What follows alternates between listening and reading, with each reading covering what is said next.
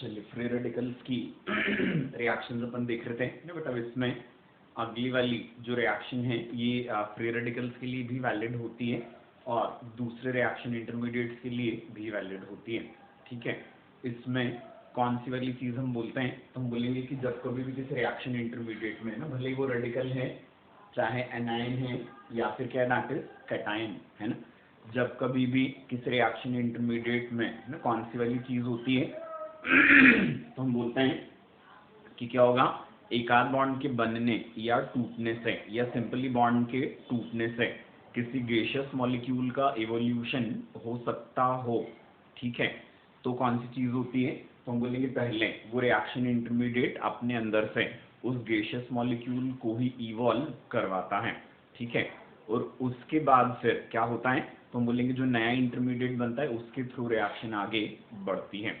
ठीक है, ये जो नया इंटरमीडिएट होता है इसका टाइप वही होता है जो किसका था, that was of the parent intermediate. जैसे रेडिकल है तो क्या हो जाएगा, गैसियस मॉलिक्यूल होने के बाद रेडिकल बनेगा, एनायन है तो एनायन बनेगा, कैटायन है तो कैटायन बनेगा। ठीक है, ये वाला जो चेंज होता है इसको क्या कहा जाता है, दैट इज कॉल्ड फ्रेगमेंटेशन। समझ आई बेटा बात ये ना, तो हम कौन सी चीज बोलते हैं कि जब कभी भी किसी रिएक्शन इंटरमीडिएट में से किस बात की पॉसिबिलिटी होगी, तो हम बोलेंगे जब कभी भी किसी रिएक्शन इंटरमीडिएट में से क्या हो सकता होगा, कोई गैसियस मॉलिक्यूल इवॉल्व हो सकता होगा। ठीक है, तो कौन सी चीज होती है, तो हम बोलेंगे पहले वो रिएक्शन इंटरमीडिएट जो है वो अपने अंदर से उस गैसियस मॉलिक्यूल को इवॉल्व करवाएगा, है ना। गैसियस मॉलिक्यूल के इवोल्यूशन के लिए क्या जरूरी है, तो हम बोलेंगे ये इजीली होना चाहिए, है ना। ऐसे तो अदरवाइज हम क्या करेंगे, बहुत सारे बॉन्ड तोड़ के तो गैस का मॉलिक्यूल हमेशा ही इवॉल्व करवा सकते हैं। ठीक है, तो जब कभी भी किसी रिएक्शन इंटरमीडिएट में से आसानी से कोई गैसियस मॉलिक्यूल इवॉल्व हो सकता होगा, है ना, या तो सिर्फ बॉन्ड के टूटने से या फिर एक आध बॉन्ड टूटे और एक आध बन जाए। ठीक है, इतनी आसानी से भी कोई गैसियस मॉलिक्यूल इवॉल्व हो सकता होगा, तो पहले वो रिएक्शन इंटरमीडिएट अपने अंदर से उस गैसियस मॉलिक्यूल को ही इवॉल्व करवाता है। ठीक है, और इसके बाद क्या होता है, तो बोलेंगे उस गैसियस मॉलिक्यूल की इवोल्यूशन के बाद उसी टाइप का एक नया रिएक्शन इंटरमीडिएट बनता है जिस टाइप का क्या था, रिएक्शन इंटरमीडिएट पहले था।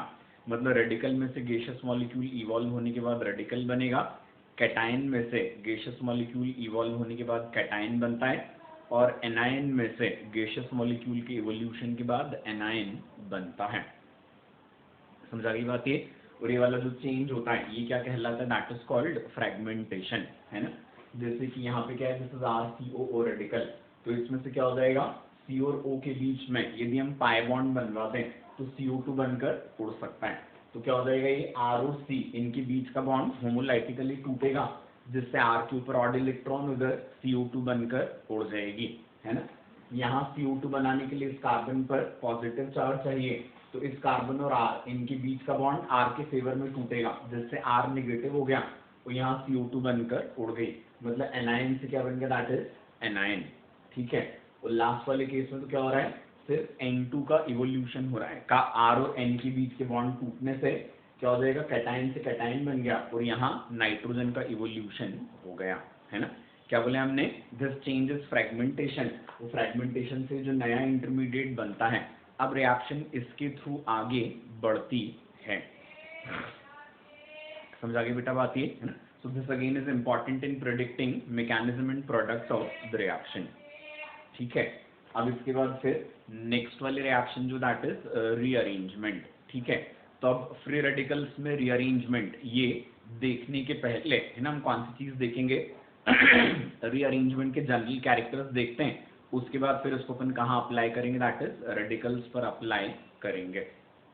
ठीक है, तो अब रीअरेंजमेंट रिएक्शंस जो होती हैं, है ना, फंडामेंटली क्या होती हैं, तो हम बोलेंगे जब कभी भी किसी रिएक्शन इंटरमीडिएट में, है ना, कौन सी चीज होगी, तो हम बोलेंगे किसी इलेक्ट्रोनेगेटिव एटम पर इलेक्ट्रॉन की डेफिशिएंसी होगी। ठीक है, तो ये क्या बन जाता है, तो हम बोलेंगे this becomes the fundamental cause of rearrangement. समझ आती बेटा बात ये, है ना। क्या बोला हमने, जब कभी भी किसी रिएक्शन इंटरमीडिएट में कौन सी वाली चीज होती है, तो हम बोलेंगे जब कभी भी किसी रिएक्शन इंटरमीडिएट में किसी इलेक्ट्रॉन नेगेटिव एटम पर इलेक्ट्रॉन की डेफिशिएंसी होती है। ठीक है, तो क्या बन जाता है, this becomes the cause of rearrangement. ठीक है, ये जो इलेक्ट्रोनेगेटिव एटम्स होते हैं जिन पर इलेक्ट्रॉन की डेफिशिएंसी से रीअरेंजमेंट होते हैं, है ना, ये कौन कौन से रहेंगे, these are carbon, nitrogen and oxygen. आई क्या बेटा बात समझ में, है ना। क्या बोले हमने, फंडामेंटल कॉज जो होता है रीअरेंजमेंट रिएक्शंस का वो क्या होता है, तो हम बोलेंगे किसी रिएक्शन इंटरमीडिएट में किसका रहना, तो हम बोलेंगे किसी रिएक्शन इंटरमीडिएट में कार्बन, नाइट्रोजन या ऑक्सीजन जैसे इलेक्ट्रोनेगेटिव एटम्स पर इलेक्ट्रॉन की डेफिशिएंसी का रहना, ये क्या होता है, फंडामेंटल कॉज ऑफ रीअरेंजमेंट होता है। आया बेटा समझ में, है ना, this is the fundamental cause of rearrangement. ठीक है, इसके बाद फिर कौन सी चीज अपन बोलते हैं अगली वाली, तो हम बोलेंगे जैसे जैसे इलेक्ट्रोनेगेटिव एटम की क्या बढ़ती जाएगी, इलेक्ट्रोनेगेटिविटी बढ़ती जाती है, वैसे वैसे कौन सी चीज हो जाएगी, तो हम बोलेंगे it is tendency to undergo rearrangement, ये बढ़ता जाता है ना। जैसे कार्बन, नाइट्रोजन, ऑक्सीजन, इनमें कार्बन सबसे कम इलेक्ट्रोनेगेटिव है, तो रीअरेंजमेंट शो करने की टेंडेंसी इसकी सबसे कम होती है, नाइट्रोजन की इससे ज्यादा रहेगी, ऑक्सीजन की क्या होती है, सबसे ज्यादा होती है। आई बेटा बात समझ में, तो क्या बोला हमने, जैसे जैसे क्या होता जाएगा, इलेक्ट्रोनेगेटिव एटम इसकी इलेक्ट्रोनेगेटिविटी बढ़ती जाती है, वैसे वैसे टेंडेंसी टू अंडरगो रीअरेंजमेंट बढ़ता जाएगा। क्लियर हुआ बेटा अच्छे से ये, है ना। अब इसके बाद फिर अगली चीज जो हम बोलते हैं ये कौन सी वाली रहेगी, तो हम बोलेंगे अगली चीज जो होती है इसमें, है ना, ये कौन सी वाली होती है, तो अच्छा पहले इन दोनों का एक्सप्लेनेशन देख लेते हैं ना। हम क्या बोलते हैं कि जो इलेक्ट्रोनेगेटिव एटम होते हैं इनकी क्या टेंडेंसी होती है कि अपने इलेक्ट्रॉन्स तो अपने पास रखते ही हैं, ये क्या हो जाएगा, जिस एटम से कनेक्टेड है उसके इलेक्ट्रॉन भी अपने ऊपर खींच कर रखते हैं। ठीक है, अब क्या है, यदि किसी वजह से इनके ऊपर इलेक्ट्रॉन की डेफिशिएंसी आ जाए, तो हमने क्या बोला था कि ये एडजेसेंट एटम के इलेक्ट्रॉन भी खुद ही रखते हैं, अब इनसे इलेक्ट्रॉन्स छीन लिए गए तो ये क्या हो जाती है, इनके लिए अनटॉलरेबल सिचुएशन हो जाती है। समझ आ गई बात ये, ठीक है। और इस वजह से क्या करेंगे ये, तो हम बोलेंगे ये अपने एडजेसेंट एटम पर से किसी एटम या ग्रुप को अपने ऊपर खींच लेते हैं, उसी को हम क्या बोलेंगे, दैट इज रीअरेंजमेंट ना, कि एक ही मॉलिक्यूल के अंदर ही क्या हो जाए, जब कोई एटम या ग्रुप एक एटम से दूसरे एटम पर शिफ्ट हो जाए। ठीक है, तो हमने क्या बोला कि जो इलेक्ट्रोनेगेटिव एटम्स होते हैं इन पर जब इलेक्ट्रॉन की डेफिशिएंसी आती है, ठीक है, तो ये डेफिशिएंसी वो सह नहीं पाते। ठीक है, तो इस डेफिशिएंसी को मेकअप करने के लिए वो कौन सी वाली चीज करते हैं, तो हम बोलेंगे इस डेफिशिएंसी को जब वो मेकअप करेंगे तो उसका तरीका क्या होता है, तो हम बोलेंगे वो एडजेसेंट एटम पर से एक एटम या ग्रुप को अपने ऊपर खींच लेते हैं उसके इलेक्ट्रॉन पेयर के साथ। ठीक है, जिससे क्या हो जाता है, इनके ऊपर आई हुई इलेक्ट्रॉन डेफिशिएंसी जो होती है वो खत्म हो जाती है और वो शिफ्ट हो जाती है एडजेसेंट एटम पर, जहां पर क्या हो जाएगा, उस इलेक्ट्रॉन डेफिशिएंसी का टॉलरेंस यहां से बेहतर होता है। आया बेटा समझ में, ठीक है। नेक्स्ट वाला पॉइंट जो वो भी इंटर रिलेटेड ही है ना, कि जैसे जैसे क्या होता जाएगा, तो हम बोलेंगे इलेक्ट्रोनेगेटिव एटम की इलेक्ट्रोनेगेटिविटी बढ़ती जाएगी, वैसे वैसे टेंडेंसी टू अंडरगो रीअरेंजमेंट बढ़ता जाता है। तो this is of common understanding, है ना, कि एटम जितना ज्यादा इलेक्ट्रॉन नेगेटिव होगा, इलेक्ट्रॉन की डेफिशिएंसी सह पाना उसके लिए उतना ही कठिन काम होता है। ठीक है, और इलेक्ट्रॉन की डेफिशिएंसी वो जितनी मुश्किल से सह पाएगा क्या हो जाएगा, तो हम बोलेंगे वो रीअरेंजमेंट उतना ज्यादा जल्दी करना चाहेगा। ठीक है, तो जैसे जैसे इलेक्ट्रोनेगेटिविटी बढ़ेगी, इलेक्ट्रॉन डेफिशिएंसी टॉलरेट करना उतना मुश्किल, और इलेक्ट्रॉन की डेफिशिएंसी टॉलरेट करना जितना मुश्किल, क्या हो जाएगा, रीअरेंजमेंट उतना ज्यादा। क्लियर हुआ बेटा ये, है ना। इसके बाद फिर अगली चीज जो हम बोलते हैं इसमें कौन सी रहेगी, तो हम बोलेंगे कि रीअरेंजमेंट रिएक्शंस जो होते हैं, है ना, इन रीअरेंजमेंट रिएक्शंस में कौन सी चीज होती है, तो हम बोलेंगे जिस एटम पर इलेक्ट्रॉन की डेफिशिएंसी होती है उसको एटम नंबर 1 बोलते हैं, इसका जो एडजेसेंट है ये क्या कहलाएगा, एटम नंबर 2। ठीक है, तो रीअरेंजमेंट में हमेशा कौन सी चीज होती है, तो हम बोलेंगे एटम नंबर 2 पर लगा हुआ कोई एटम या ग्रुप जो होता है वही एटम नंबर 1 पर माइग्रेट करता है। आ रहे समझ में, है ना, कौन सी चीज बोली हमने, तो हमने बोला इट इज एटम नंबर, है ना, रीअरेंजमेंट के टाइम पर जिस एटम पर इलेक्ट्रॉन की डेफिशिएंसी है वो क्या है, एटम नंबर 1 है। ठीक है, उसका एडजेसेंट जो है वो क्या है, दैट इज एटम नंबर 2। ठीक है, तो रीअरेंजमेंट में हमेशा कौन सी चीज होती है, तो हम बोलेंगे रीअरेंजमेंट में हमेशा है ना क्या होगा, तो हम बोलेंगे एटम नंबर 1 पर क्या होता है, एटम नंबर 2 से किसी एटम या ग्रुप का माइग्रेशन होता है। इसको हम जैसे एटम नंबर 3 बोलें या इसका पड़ोसी एटम नंबर 4, तो रीअरेंजमेंट में क्या नहीं होता, तो हम बोलेंगे इट इज एटम नंबर 3, 4 या 5 उनसे किसी एटम या ग्रुप का एटम नंबर 1 पर शिफ्टिंग नहीं होता है ना। तो रीअरेंजमेंट्स को हम क्या बोलते हैं, they are always the cases of 1 to migration है ना। मतलब एटम नंबर 1 पर हमेशा एटम नंबर 2 से ही किसी एटम या ग्रुप का शिफ्टिंग हो सकता है, ठीक है। एटम नंबर 3, 4, 5 इनसे एटम नंबर 1 पर डायरेक्टली क्या नहीं होती, किसी एटम या ग्रुप की शिफ्टिंग नहीं होती, ठीक है। इसको कंक्लूडिंग क्या बोलते हैं हम, कि रीअरेंजमेंट रिएक्शंस जो होते हैं they are always the cases of 1 to migration है ना। रीअरेंजमेंट में हमेशा 1 to माइग्रेशन ही होता है ना। ये क्यों होगा ये भी समझा देता हूँ मैं अभी। एक और पॉइंट जो अपन बोलते हैं वो कौन सा, कि रीअरेंजमेंट रिएक्शंस जो होते हैं इनका मैकेनिज्म क्या होता है, तो हम बोलेंगे इसमें एटम नंबर 2 से एटम नंबर 1 पर जो ग्रुप शिफ्ट होने वाला है ना, ये क्या करता है, एटम नंबर 2 से अपना बॉन्ड तोड़ने लगता है और एटम नंबर 1 से अपना बॉन्ड बनाने लगता है। समझ आती बेटा बात ही, ठीक है। इसको हम क्या बोलते हैं, दैट वी कॉल एनजीपी है ना। तो मैकेनिज्म जो होता है किसका, रीअरेंजमेंट रिएक्शंस का, ये किसके थ्रू आगे बढ़ता है, दैट इज वाया एनजीपी है ना, it is neighbouring group participation, ठीक है। तो कौन सी चीज होती है, तो हम बोलेंगे एटम नंबर 2 से एटम नंबर 1 पर क्या होता है, तो हम बोलेंगे इट इज किसी एटम या ग्रुप का शिफ्टिंग होता है। ये शिफ्ट होते समय क्या करता है, तो हम बोलेंगे एटम नंबर 2 से ये अपना बॉन्ड तोड़ने लगता है और एटम नंबर 1 से ये क्या करेगा, तो हम बोलेंगे एटम नंबर 1 से ये नया बॉन्ड बनाने लगता है। समझाते बेटा बात ये। और फिर फाइनली कौन सी चीज हो जाएगी, तो हम बोलेंगे फाइनली फिर ये हो जाता है कि एटम नंबर 1 और हाइड्रोजन इनका बॉन्ड बन गया और पॉजिटिव चार्ज किस पर आ जाता है, that is at atom number 2, ठीक है। So this is what that mechanism of rearrangement, ठीक है। ये रीअरेंजमेंट का मैकेनिज्म हो जाता है।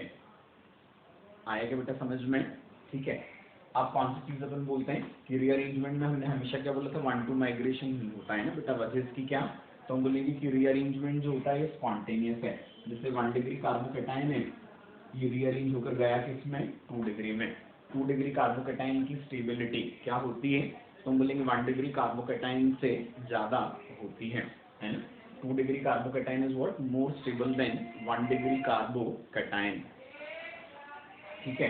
तो ये चेंज क्या होगा, स्पॉन्टेनियस। अब यदि स्पॉन्टेनियस है इसका मतलब क्या है, जैसे एटम नंबर 2 से इस कार्बन हाइड्रोजन बॉन्ड को जब तोड़वाना है तो इस बॉन्ड को तोड़ने के लिए जो एनर्जी लगेगी वो एनर्जी इसको कार्बोकेटाइन को खुद ही अरेंज करनी है, इसको हमारा असिस्टेंस नहीं लग रहा है, ठीक है। तो अभी एनर्जी का सोर्स क्या है ये अपन देखें, तो हम बोलेंगे इस कार्बन का पॉजिटिव चार्ज और यहाँ के जो शेयर्ड इलेक्ट्रॉन्स हैं इनके बीच में जो फोर्सेस ऑफ अट्रैक्शन होते हैं, ठीक है। इन फोर्सेस ऑफ अट्रैक्शन से जो एनर्जी रिलीज होती है वही एनर्जी क्या करती है, कार्बन हाइड्रोजन बॉन्ड को तोड़वाती है ना। वही वाली एनर्जी जो रहेगी वो क्या करेगी, तो हम बोलेंगे उस कार्बन हाइड्रोजन बॉन्ड को तोड़वाने वाली होती है। समझ आती बेटा बात ही, ठीक है। अब क्या होगा, तो हम बोलेंगे यहाँ पे पॉजिटिव और नेगेटिव है ना, ये पॉजिटिव चार्ज और शेयर्ड इलेक्ट्रॉन्स नेगेटिव है, इनके बीच के forces of attraction are what electrostatic, ठीक है। जो गवर्न होते हैं किससे, तो हम बोलेंगे it is Q1 Q2 upon R², इससे उनका गवर्निंग होता है, ठीक है। अब ये इससे गवर्न होते हैं तो हम क्या बोलेंगे, तो हम बोलेंगे एटम नंबर 1 और 2 इनमें तो क्या होता है, डिस्टेंस कम होता है, इसलिए फोर्सेस ऑफ अट्रैक्शन स्ट्रॉन्ग होते हैं और इनसे रिलीज होने वाली एनर्जी इतनी होगी कि वो कार्बन हाइड्रोजन बॉन्ड को ब्रेकअप करवा पाएगी। आई बेटा बात समझ में, ठीक है। एटम नंबर 1 और 3 यहाँ देखें यदि हम कि यहाँ से हमको यदि किसी एटम या ग्रुप को शिफ्ट करवाना था तो क्या हो जाएगा, Q1 और Q2 ये शेयर्ड इलेक्ट्रॉन्स और यहाँ का पॉजिटिव चार्ज, Q1 Q2 तो सेम है लेकिन 1 और 3 के बीच में क्या हो गया बेटा, डिस्टेंस बढ़ गया। तो डिस्टेंस के बढ़ने की वजह से क्या हो जाएगा, फोर्स ऑफ अट्रैक्शन कम, और फोर्स ऑफ अट्रैक्शन कम तो रिलीज होने वाली एनर्जी कम रहेगी, और यदि एनर्जी कम रिलीज हुई तो ये वाला बॉन्ड फिर टूट नहीं पाएगा। आया क्या समझ में, है ना। इस वजह से हम क्या बोलते हैं कि रीअरेंजमेंट जो होता है हमेशा 1-2 माइग्रेशन से होगा। 1-3 1-4 इनमें क्या होता है तो हम बोलेंगे इट इज Q1 Q2 तो सेम होता है, लेकिन 1-3 1-4 इनमें डिस्टेंस ज्यादा होने की वजह से फोर्स ऑफ अट्रैक्शन कम हो जाते हैं, जिसकी वजह से क्या हो जाता है तो हम बोलेंगे रिलीज होने वाली एनर्जी इतनी नहीं होती कि माइग्रेट करने वाले एटम या ग्रुप इसका बॉन्ड तोड़वा पाती। क्लियर हो गई बेटा बातें? तो इसलिए रीअरेंजमेंट क्या होते हैं हमेशा 1-2 माइग्रेशन। वो मैकेनिज्म अपन ने क्या बोला है कैसे आगे बढ़ता है, that is via NGP, that is neighbouring group participation. Clear हो गया अच्छे से ये, है ना। इसके बाद फिर अगली चीज जो हम बोलेंगे इसमें ना, ये कौन सी वाली होती है तो हम बोलेंगे अगली चीज जो होती है इसमें ये रहेगी ना कि ऐसे वाले रीअरेंजमेंट जिनकी वजह क्या होती है नाइट्रोजन या ऑक्सीजन पर इलेक्ट्रॉन की डेफिशिएंसी। ठीक है, ऐसे वाले रीअरेंजमेंट्स में कौन सी चीज होती है तो हम बोलेंगे जो स्टेप ऑफ रीअरेंजमेंट होता है वो क्या होता है कंसर्टेड होता है ना। कंसर्टेड का मतलब पढ़ा चुका हूं मैं आपको। ठीक है, स्टेप ऑफ रीअरेंजमेंट कंसर्टेड होता है और क्या रहेगा यही रिएक्शन का RDS भी होता है ना। तो हम कौन सी चीज बोलते हैं कि the rearrangement reactions which are due to electron deficiency at nitrogen और ऑक्सीजन। ठीक है ना, the rearrangement reactions which are due to electron deficiency at nitrogen और oxygen, they have what that step of rearrangement as concerted and that is RDS also, है ना। Nitrogen और oxygen पर electron की डेफिशिएंसी से होने वाले जो रीअरेंजमेंट्स होते हैं, ठीक है, ये रीअरेंजमेंट्स में क्या बोले हमने कि जो स्टेप ऑफ रीअरेंजमेंट है ये कंसर्टेड स्टेप होता है और यही क्या रहेगा RDS भी होता है। समझा गई बेटा बात ये? ठीक है, और लास्ट पॉइंट जो होता है बेटा इसमें नहीं कौन सा होता है तो हम बोलेंगे कि रीअरेंजमेंट रिएक्शन में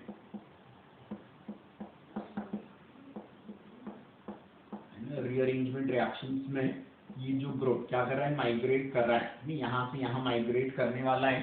ठीक है, ये ग्रुप यदि बाई चांस कायरल होता है, ठीक है, तो कौन सी चीज होती है तो हम बोलेंगे ये ग्रुप यदि कायरल रहेगा तो कौन सी चीज हो जाती है तो हम बोलेंगे इस ग्रुप के कायरल रहने से क्या होगा तो हम बोलेंगे जब ये माइग्रेट करता है तो मैकेनिज्म क्या बोले अपने दैट इज NGP, मतलब ग्रुप जो है क्या होता है हल्का सा टिल्ट होता है और इस कार्बन पे आके वापस सीधा हो जाता है। जैसे इसको ऐसे देखें हम, ठीक है, कि 3 फिंगर्स ऐसे हैं, ये ग्रुप ऐसा हुआ और इस कार्बन पर आकर फिर से ऐसा हो गया। तो ये जो इस कार्बन पर लगे हुए ग्रुप से A, B एंड D, ठीक है, इनके स्पेस ओरिएंटेशन में क्या नहीं हो रहा तो हमने बोला रीअरेंजमेंट के बाद भी कोई चेंज नहीं हो रहा। ठीक है, किसी एटम पर लगे हुए एटम्स या ग्रुप्स का जो स्पेस अरेंजमेंट होता है उसको अपन क्या बोलते हैं दैट इज कॉल्ड कॉन्फ़िगरेशन। हमने पढ़ा था अपन ने ऑप्टिकल आइसोमेरिज्म में, इसको क्या कहा जाता है तो हम बोलते हैं इसको कॉन्फ़िगरेशन। समझ आती है बेटा बात ये, है ना, ये कॉन्फ़िगरेशन कहलाता है ना। तो हम बोलेंगे कि माइग्रेटिंग ग्रुप यदि कायरल था, ठीक है, तो कौन सी चीज हुई तो हम बोलेंगे इट इज माइग्रेशन के बाद भी इस पर लगे हुए एटम्स या ग्रुप्स जो थे इनके स्पेस ओरिएंटेशन में कोई चेंज नहीं आया था। ठीक है, इसका मतलब क्या था तो हम बोलेंगे इसका मतलब ये है कि माइग्रेटिंग ग्रुप जो होता है ये हमेशा कैसे माइग्रेट करता है तो हम बोलेंगे हमेशा माइग्रेट करेगा विथ रिटेंशन इन कॉन्फ़िगरेशन। आएगा बेटा बात समझ में, है ना। तो हम कौन सी है ना रिटेंशन मतलब क्या, रिएक्शन के पहले ग्रुप्स का जो ओरिएंटेशन था, रिएक्शन मतलब रीअरेंजमेंट के पहले जो ग्रुप्स का ओरिएंटेशन था, रीअरेंजमेंट के बाद भी ग्रुप्स के ओरिएंटेशन में कोई चेंज नहीं आया। ठीक है, तो जैसा कॉन्फ़िगरेशन पहले था रिएक्शन के बाद भी कॉन्फ़िगरेशन वही है कायरल कार्बन पर। ठीक है, इसको क्या कहा जाता है रिटेंशन इन कॉन्फ़िगरेशन। समझ आती बात ये, है ना। तो हम कौन सी चीज बोलते हैं कि माइग्रेटिंग ग्रुप यदि बाई चांस क्या रहेगा कायरल रहेगा तो ये हमेशा कैसे माइग्रेट करता है तो हम बोलेंगे हमेशा माइग्रेट करेगा with retention in configuration. Clear होगी बेटा बात ये, है ना। तो ये सब क्या है, these are general characteristics of rearrangement reaction. ठीक है, अब इसको अपन फिर अप्लाई करेंगे किसके ऊपर, रेडिकल के ऊपर, दैट इज इन नेक्स्ट वाला सेक्शन। ठीक है।